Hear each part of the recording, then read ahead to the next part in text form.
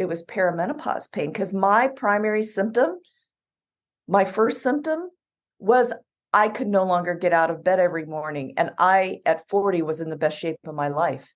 And then at 47, I thought I was going to die. I'm Anne-Marie McQueen, journalist and proud 50-ish woman, and we are here looking for the true truth in perimenopause, menopause, midlife, and beyond. Opening our minds to other possibilities is not always easy. Hot flash ink. You're all woman to me. All right, Anne-Marie.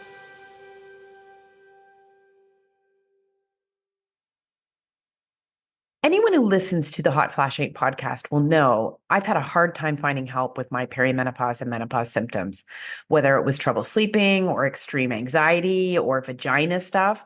I've encountered roadblock after roadblock in doctors who didn't know anything about taking care of women like me. It made everything harder than it had to be. That's why I'm so happy that there are companies like MIDI Health stepping into the gap and sponsoring podcasts like this one. Their supportive, comprehensive, and holistic approach to the menopause transition will provide you with what we all need most, a personalized care plan. Their virtual care clinic is easy to use and covered by most insurance plans. You can chat with your specialist during an appointment or message 24/7. You don't have to deal with this alone any longer. Book your visit today at joinmidi.com. That's joinmidi.com. This week, I wanted to go back to an interview I did with Dr. Vonda Wright, an orthopedic surgeon in the US who I interviewed last year.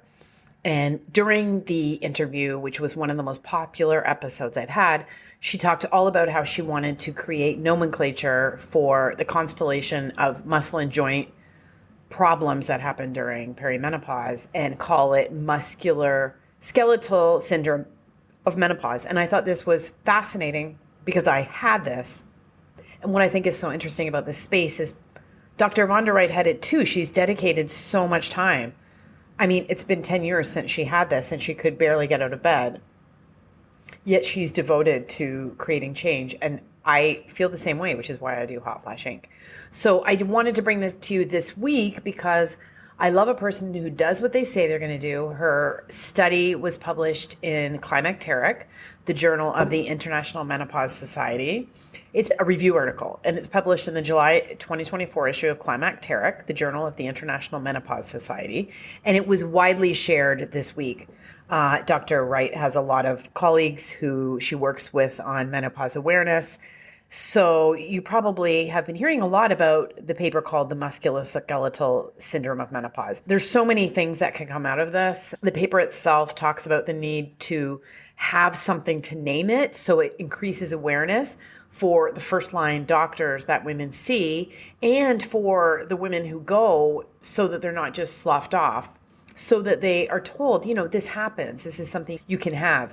She compares it to genitoury syndrome of menopause, which is a constellation of symptoms that can happen to the vaginal vulvic area. That only was approved by certain guiding bodies in 2014. And once that happens, then there's like a focus and people can do more research. And so it's almost like you build it and they will come. So I wanted to bring this interview again this week just because this topic is hot right now. It's something that impacted me. It impacted her. It's impacted a lot of people. I just love you to listen to her talk about pain in bones and muscles, what we can do about it, the fears of sarcopenia and osteoporosis and bone reabsorption and things that you hear tossed around all the time, but you don't really understand. She just wants to keep you healthy and out of a nursing home and out of being bedridden due to frail bones, because once you have that fall and you break a bone when you're older, a lot of people are dealing with this right now with their aging parents. It's no good, no bueno from there on. The outcomes are not great. So I hope you enjoy this episode that I am posting again for you. And I will have another bone expert on the podcast, very short order. And I'm going to write in depth about this on my Substack, and I'm going to publish it on Tuesday. So you can go over to my Substack, that's hotflashinc.substack.com, and sign up there. And I'm taking a deep dive into her report because I think this is really groundbreaking. Enjoy. And when you go and seek care from my amazing colleagues 97% of whom are men. They may not recognize it. And if they do tests for you, 41% of the time they will come back as normal. And you walk away thinking, holy cow, I am falling apart. But he said nothing's wrong with me. Am I going crazy? Which just adds to the anxiety, Anne-Marie. Yeah. 80% of every woman that I know or don't know is suffering from this. It bears talking about. Well, when I saw you, when I first came across you, whenever that was, I was like, oh my gosh, I wish I saw her before, because I'm 53 and I just went through menopause and I had a whole bunch of health issues that I've healed up. Yeah. But in my 40s, I was in tremendous pain. And my friend Ferris was just saying to me, you were always asking me, are you in pain? Are you in pain? I said, it hurts to roll over in bed. And I was still working out and I was still walking and I ate healthy, but I was just riddled by this intense body pain. I understand being devastated by it because you're always thinking, often in perimenopause, if you're having a hard time, you're thinking, am I dying? Am I dying? Am I dying? Am I dying? Like, this is crazy. Yeah. And my mom had fibromyalgia. And I often wonder, like, did she have fibromyalgia? Oh, Anne-Marie, there are actual studies, because Mary Claire Haver and I were talking about this when we were together recently. And I said, Mary Claire, do you think fibromyalgia may be misdiagnosed pain of perimenopause due to musculoskeletal? And we're like, bing. So she looked it up, and there are actual papers from decades ago asking that question and postulating that for some women, it's not fibromyalgia at all, because that is a diagnosis of exclusion. Don't know what it is. Let's call it something. Let's give women pain medicine. Let's put them on antidepressants. When, as we know more, don't get me started on the need for research funding. The problem is funding. So to answer your question, your mother went through terrible pain. Maybe it was like you, it was perimenopause pain, because my primary symptom, my first symptom, and then came all the things like heart palpitations, I had a cardiac exam, all the things, was I could no longer get out of bed every morning. And I, at 40, was in the best shape of my life. And then at 47, I thought I was going to die. Wow. You have just blown my mind. But because that's just something I've quietly thought to myself for like ever since I had that. Ever since I figured out what was going on. And she had and we're not going to talk about my mom all day, but she died at 53, but she had a hysterectomy, and I'm certain didn't go on any hormone therapy at all. So it's not out of the realm of possibility at all that happened. And this is so crazy in this conversation, because to be the first people asking questions is so weird. But time, let's just ask. Yeah. You know what? Yeah. The beautiful thing about my age, I don't care. I talk about everything. I name body parts. I have accomplished what I need to in my career. So there's none of that like, oh, don't want to offend the mainstay, right? Yeah. Let's just talk about it. I'm so glad you're on the boat with me. Okay. So you have actually, just like we have genitoury syndrome of menopause, and that affects about 80% of women, you're developing your own thesis about musculoskeletal syndrome of menopause. Yes. And you're doing research on that because you actually feel that this constellation of symptoms deserves to be called a syndrome. Can you explain how and where and when you came to that? Well, I came to it as I experienced it myself, and I didn't know what it was. And then I figured it out. And, you know, we can talk about how I feel like I've kind of, and I don't say this glibly, but I needed to label this too. I kind of mastered this phase because I've done the hard work, right? I've researched it. I became a student of this and I lived through it. So through that process, you're a journalist and curious. I'm a surgeon and curious.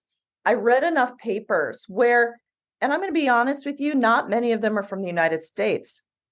Asia is studying this. India is studying this. They're very small studies. There are only 2 produced by orthopedic surgeons in this country, one on frozen shoulder and one on treatment of frozen shoulder, right? So we have a lot to do. But as I was reading and putting the body of knowledge together, there are 6 or 7 things, and I'll just do it on my hands, right? Arthralgia, which is total body pain, usually associated with the joints. There is Inflammation. Estrogen, it serves an anti-inflammatory role, not only of the shoulder, but of the hips of the knees. So body-wide inflammation. There is loss of lean muscle mass. We can talk all day about loss of lean muscle mass and sarcopenia, loss of bone density, another subject, whole conferences on that, right? Here's the deal. Listen to this. Estrogen has a lot of receptors. The main ones are alpha and beta. Alpha and beta receptors are ubiquitous in every tissue of the body. Everything has it. So why wouldn't, when estrogen uncouples or there's no more estrogen to fill the baskets, why wouldn't the downstream tissues, muscle, tendon, cartilage, fat, bone, no longer have the stimuli to do what keeps them healthy, right? So it's not a mystery to me now that I've spent a little time with it. But here's the thing I wanted to say about cartilage. Before 50, men have more osteoarthritis than women.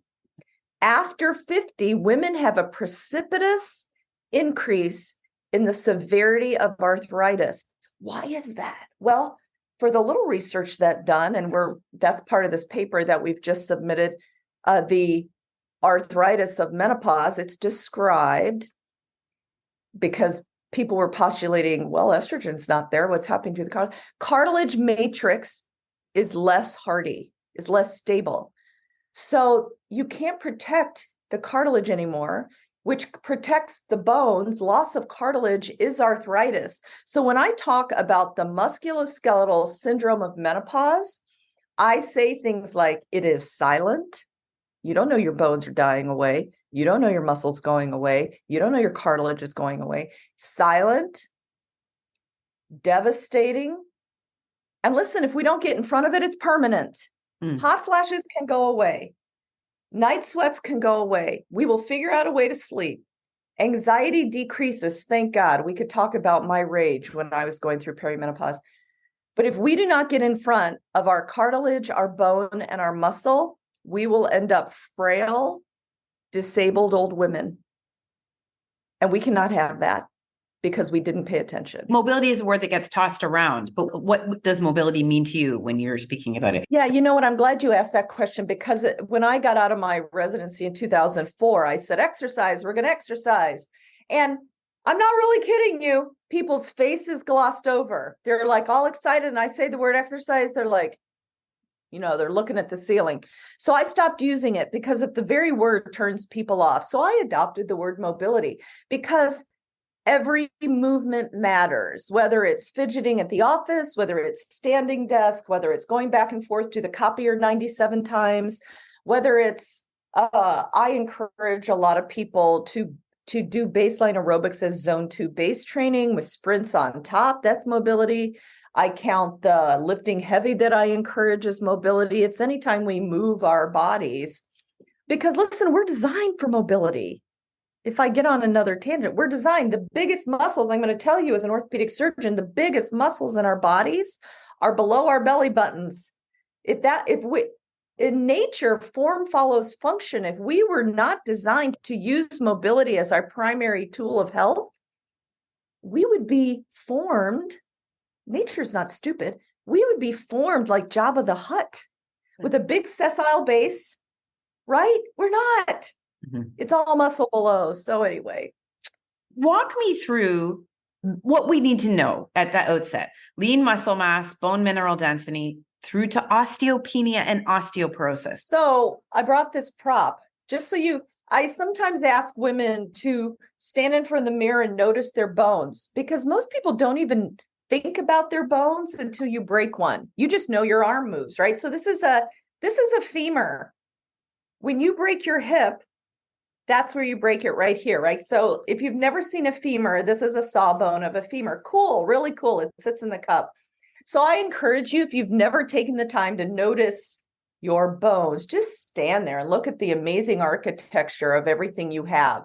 We are born with 300 soft bones that fuse into about 206 hard bones as an adult through a process of building through a cell called an osteoblast and resorbing through a cell called an osteoclast. And it's the balance of those two processes.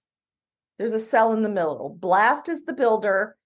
Osteocyte is the healthy adult cell, keeping your bones good. And clast is the breaker downer.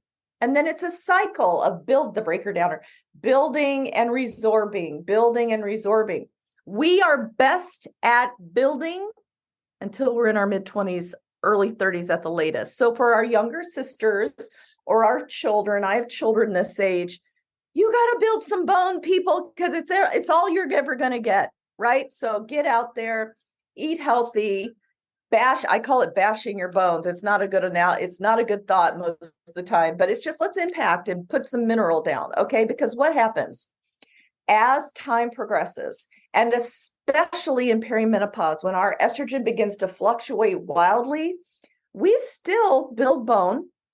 This is the caveat people don't know. We build bone, we resorb bone, but there becomes a mismatch. We resorb much faster than we build, and so we start demineralizing our bones. So what happens? A solid, hard bone that's harder than wood, I can't drill through it without a drill smoking, becomes soft like butter because you have the mesh structure, but you don't have the minerals that keep it strong.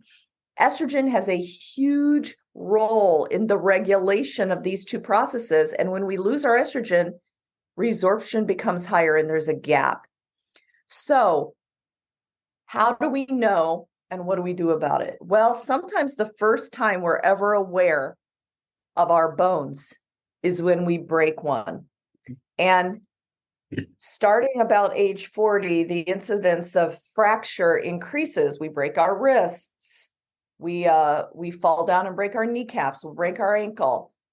But when you fall and break your hip, which happens to a huge percentage of men and women by the time we're 70, here's this shattering data.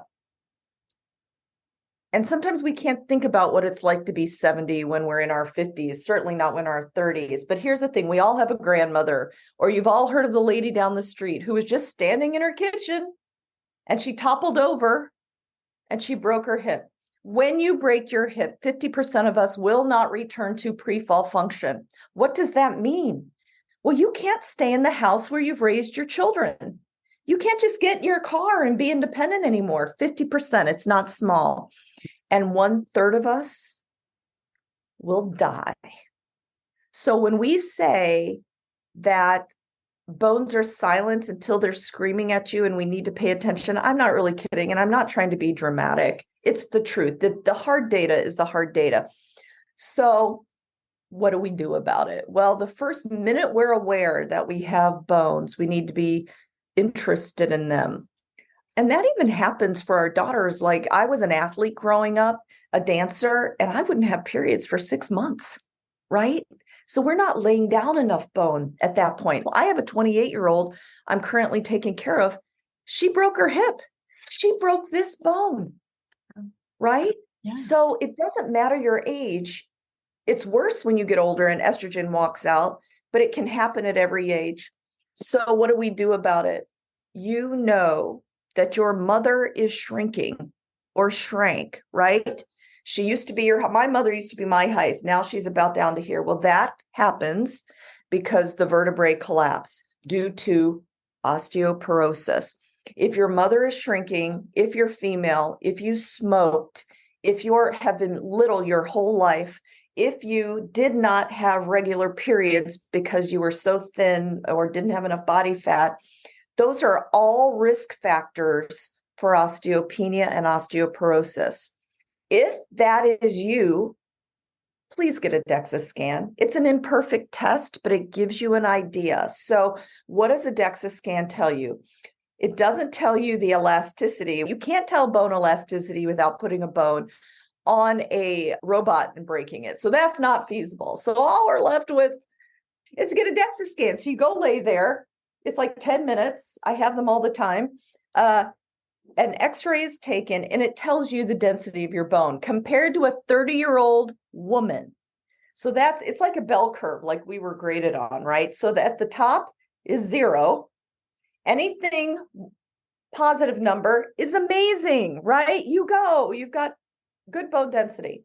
Between 0 and -1 is okay, but at -1, you become osteopenic, meaning your bone density is lighter than it should be, right? It's less than it should be.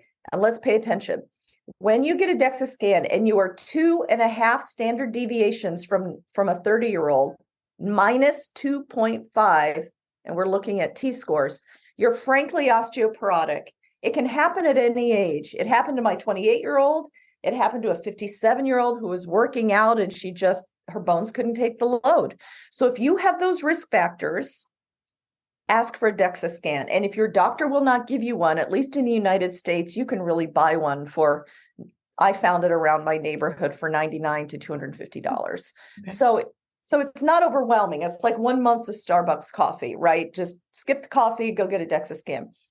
So that we know how to diagnose our bones. But what do we do about trying to maintain our bones? So get a DEXA, because when I tell people to go lift heavy, it's only what your bones can bear. And if you're osteopenic or osteoporotic, we need to treat you more gingerly. Impact exercise. Now, that does not mean you have to go run a marathon. Listen, there is data that shows that jumping up and down 20 times is enough, right? You can do it in place. And I've got videos that I'm jumping up and down. It's silly. Behind your desk, jump up and down. Number 1. Number 2, if that hurts, NASA has amazing data that when astronauts come back from space, they put them on trampolines and use a rebounding technique to stimulate bone and muscle. Who would have thought? I was really skeptical of that. So impact exercise, rebounding. If you need to do this stuff in the pool because you really do hurt that bad, that's better than nothing, right? So that's all number 1. Number 2 is let's build some lean muscle mass. Muscle pulls on the bone and causes bone to lay down mineral, right? So it's multifaceted. It's via our electrical system. It's kind of, our bodies are so cool. And number 3, let's focus on what we eat. Women in general, and I know you're a journalist, you would never write this, but there are many magazines that tell women that they have to survive on less than 1,000 calories a day. Women have gotten that somewhere. I don't know, but. Well, our age, we grew up reading those kinds of articles, right? Old habits really die hard on that low calorie stuff and the cardio Stairmaster for 90 minutes. It's our Gen X, we had a hard time letting that go. I did anyway. Yeah, it's what I did. I mean, I did high cardio until like 2 years ago. So, but let's eat something, ladies. If you're moving enough, your body will adjust to the more calories. But what are we going to eat? We're going to eat lots of green leafy, anything green. Nature in general, besides a kiwi, does not make fluorescent food. So whole green leafy. We need protein. I get mine from a variety of sources, whether it's beans or lean meat. If you're not a meat person, just get it from somewhere, right? We need enough protein. Basically. And then what minerals? Well, we need a really healthy diet full of minerals. If we're talking the one specifically for bone, and this is a little controversial, calcium's a little controversial, although most of us Can you talk about calcium? Because I'm very confused. Yeah, I know. And and the research is this way and that way, right? The data cannot agree whether we should be taking 1,800 milligrams of calcium or not. So my advice to people is, unless you have a kidney problem or are prone to calcium kidney stones, there are data that say once you're menopausal, 1,800 milligrams of calcium. Vitamin D is a must. There is no controversy about vitamin D. So a good way to know how much to take is to have your vitamin D level measured. Your doctor can do that for us, because we wear so much sunscreen these days. And I even live in Florida, which I don't really go out in the sun unless, it's so hot here. I know you live in a hot place, but we don't get enough vitamin D. So have it measured and supplement. Can I just ask you about vitamin D? And we'll continue. Yeah. Yeah. You hear a lot about you need to take vitamin D with fat or with K2. Do you know a little bit about that? Is there a proper way to take it? Yeah, it's usually recommended you take vitamin D with a meal, not just de novo, with it helps absorption. There's several kinds of K2 versus K1. And I'm not an expert on this. I also believe it helps absorption. So you often D is paired with K2. However, it's more important to me that you have vitamin D. And many of us, if our vitamin D is low, we need as much as 5,000 international units to come back up. Mine was really low, like I'd never seen the sun in my life. So I take 10,000 every day, but it really get it measured. There's almost no system that doesn't need vitamin D, and bones are certainly a benefactor of that. But then things like magnesium, I recommend my patients take magnesium for a lot of reasons. Glycinate, threonine, right? Not citrate. Magnesium citrate is how we do enemas in the hospital. So don't do that one because there's lots of forms of magnesium. Yeah. But then other remote supplements, which I don't take, like boron and zinc, they're all part of the mineralization. I'd rather, before you get marred down at how many pills you have to take a day, are you impacting? Are you lifting? Are you eating green leafy and enough protein? One thing I get confused about all the time, because I live in Abu Dhabi and I haven't been able to get hormone therapy. I asked about it at 47. I had a French doctor. She was like, no, it's a long saga. My doctor now wouldn't give it to me. I've now gone through menopause. I'm going to go back and ask her, but there's also a supply problem. So I actually feel pretty good. You know what I mean? Like that pain is gone. I've fixed a lot of things. I feel pretty good. And I'm always asking people, do I need to go on hormone therapy in your opinion? And do women like me to protect our bones? We have recommendations from the North American Menopause Society that this is a good idea. And I'm just wondering what you have to say about that. If you're doing everything else right, what is the added, what's it add on top? Yeah. What's the icing effect? Okay. So it is hard for women to get estrogen. Your experience happens not only where you live, but in this country. Women write me all the time. No one will give it to me. They say it's poison, right? All the things. Well, I don't know if they deliver outside the United States and Canada, but there are many platforms right now where you can have a telemedicine visit with a real menopause doctor and get delivered to you. But why would I take estrogen now, even if I don't have all the symptoms anymore? Here's why. Remember those estrogen receptors that are everywhere? We know that taking hormone therapy can get rid of the symptoms that you're talking about. So when we think about if our symptoms are better, which, that's a really hopeful thing for many of us when we get, I am mid-50s now and it's gotten better too. What would be reasons to consider still seeking hormone therapy? Well, we know that estrogen is critical for the bones, and even the Menopause Society talks about that as a recommendation. And for prevention of osteoporosis, it's FDA approved here. So number two, we know there is a connection between preventing heart disease and estrogen, and dementia and estrogen, and the permanent sequela of not having it is why I would consider it. In fact, I think the true icing on the cake is that it gets rid of the perimenopausal symptoms. I think the true cake is the long-term effects on aging well that supplementing with estrogen can give a woman. Because when I talk to groups of women, because my research is all in aging and longevity, I ask them to build a strategic plan on how they want to live and be, just like a business, like you would run your business. What do you want to be in 5 years? What do I want to be at 97? I'm about to turn 57. At 97, which is how long minimum I want to live, because I'm going to bug these children that I have their whole lives.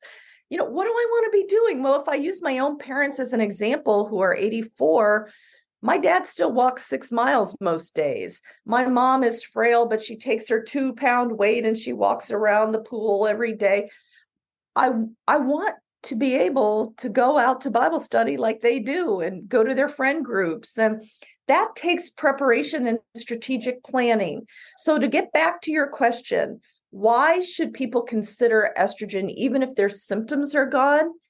It may not be for today, but it's how do you want to live in the future? And frailty and weakness is the quickest way to disability and aging. So you just think it is like you can do everything right, but you still need it.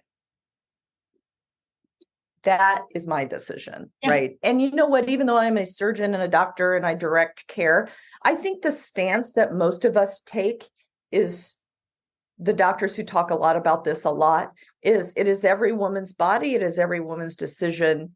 Educate yourself, be surrounded by science. Do not be surrounded by fear. It is okay to decide not to do it, but not due to some knee-jerk reaction and fear mongering that, oh my God, it's going to give you cancer, because the data does not bear that.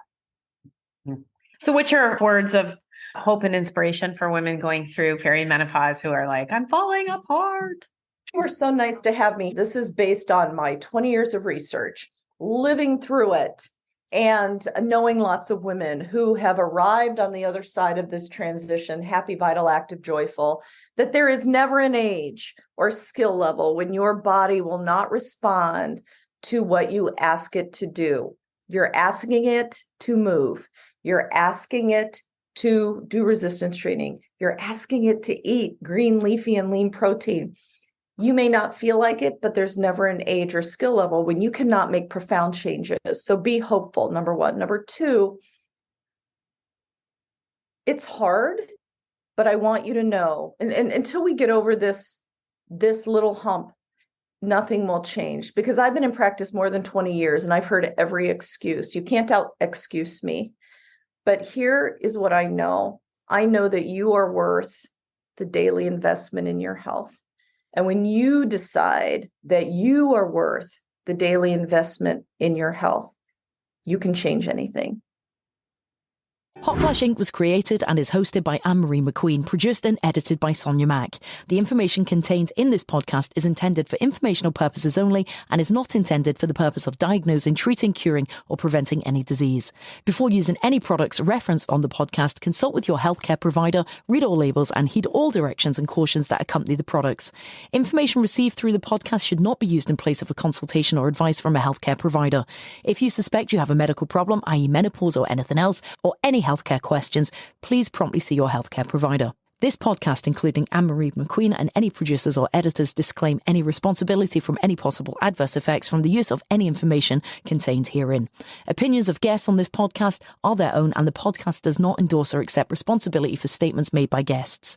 This podcast does not make any representations or warranties about a guest's qualifications or credibility. This podcast may contain paid endorsements and advertisements for products or services.